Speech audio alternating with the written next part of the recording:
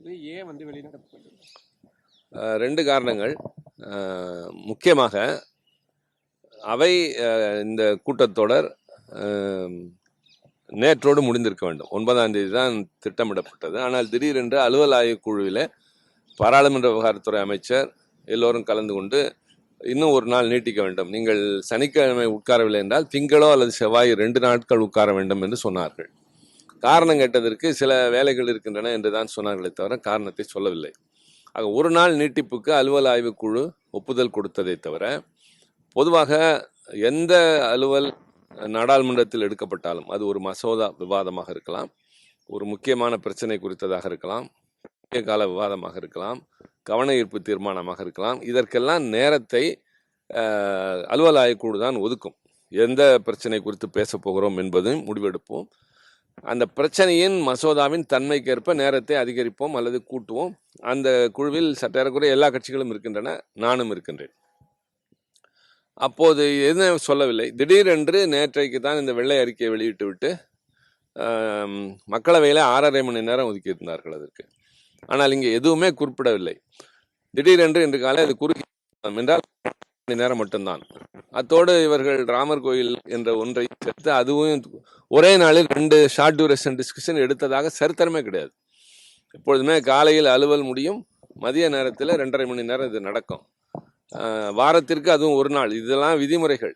ஆனால் எல்லாவற்றையும் தாண்டி வரலாற்றில் இல்லாத அளவுக்கு ஒரே நாளில் 2 ஷார்ட் டியூரேஷன் டிஸ்கஷன்.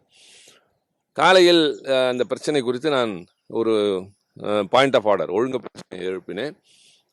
இது விதிமுறைகளுக்கு மாறானது. விதி 33 என்னவென்றால் அலுவல் ஆய்வுக்குழுவில் முடிவெடுத்து அவையில் வைத்து ஒப்புதல் பெற வேண்டும். யாராவது எதிர்ப்பு தெரிவித்தாலும் அதற்கு பதில் சொல்லியாக வேண்டிய கடமை இருக்கின்றது. ஆக இந்த நடைமுறை ஜனநாயக முறையை மாற்றி யார் நேரத்தை ஒதுக்கியது, யார் குறிப்பிட்டது? அமைச்சர் அவருக்குள்ள அதிகாரத்தை பயன்படுத்தி 1.5 மணி நேரம் கூட பேசுவார். ஆனால் எங்களுக்கு நான் 10 உறுப்பினர்கள் உள்ள கட்சிக்கு 6 நிமிடம் ஒதுக்கி இருக்கிறீர்கள். ஒரு வெள்ளை அறிக்கை இந்தியாவின் நிதிநிலை, இந்தியாஸ் எக்கானமி என்று தலைப்பிட்டு பாரதிய ஜனதாவின் 10 ஆண்டுகள், அதற்கு முன்பு காங்கிரஸ் கூட்டணி யூபிஏ 10 ஆண்டுகள் என்று ஒப்பிட்டு ஒரு அறிக்கையை வெளியிட்டு அது பற்றி பேசுவதற்கு 2 நிமிடம், 3 கம்யூனிஸ்ட் கட்சிக்கு 3 நிமிடம், எங்களுக்கு 6 நிமிடம், காங்கிரஸ் கட்சிக்கு 19 நிமிடம். இது என்ன கொடுமை?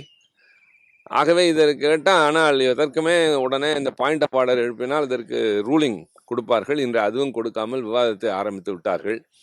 பின்னர் விவாதத்தில் பேசுகிற போதே நான் குறிப்பிட்டேன், நாடாளுமன்றத்தை அவர்கள் எடுத்துக்கொண்டு விட்டார்கள், நேரங்களை அவர்களை குறித்து கொள்கிறார்கள்.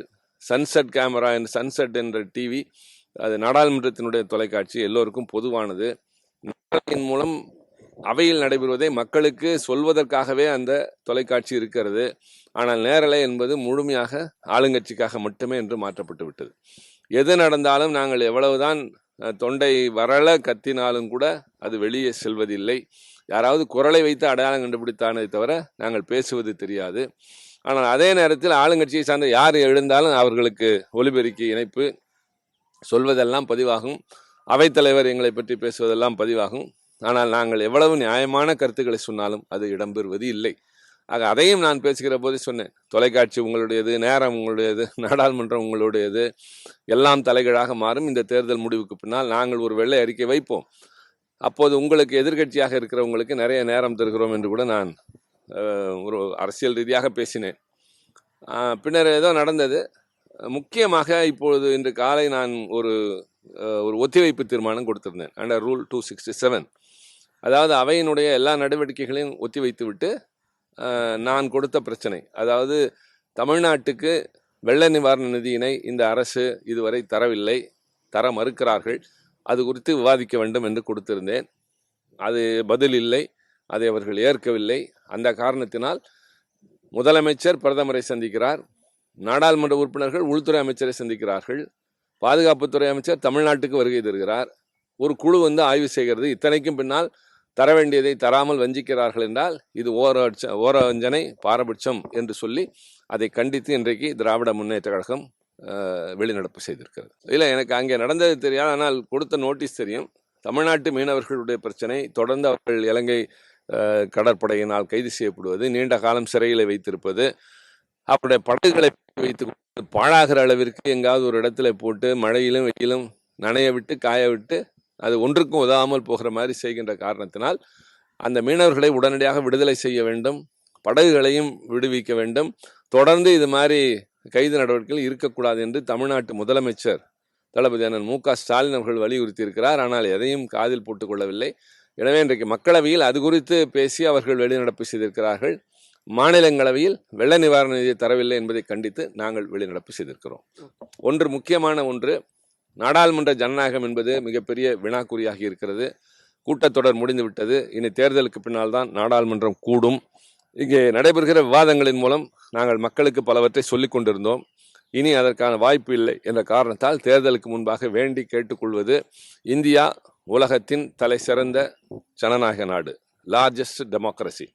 இங்கே நாடாளுமன்றம் என்பது இரு தரப்புக்கும் ஒரே மரியாதை. அவைத்தலைவருடைய நாற்காலிக்கு பின்னால் பழைய நாடாளுமன்றத்தில் ஒரு தராசு இருக்கும்.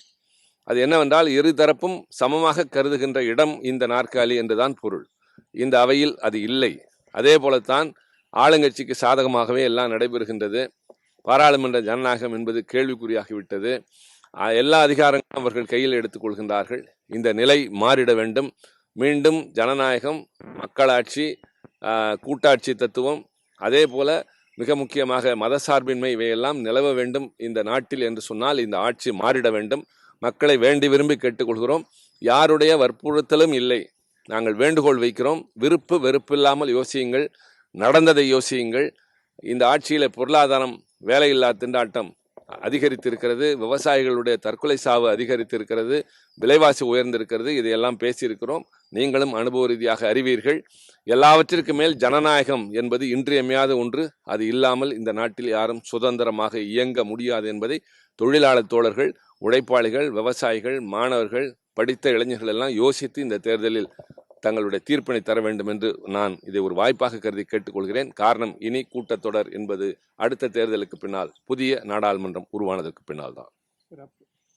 பாதகம் செய்பவரை கண்டால் நாம் பயங்கொள்ளலாகாது பாப்பா, மோதி மிதித்து விடு பாப்பா, அவர் முகத்தில் உமிழ்ந்து விடு பாப்பா. அண்மை செய்திகளை உடனுக்குடன் தெரிந்து கொள்ள இணைந்திருங்கள் இயம்நாடு தொலைக்காட்சியுடன்.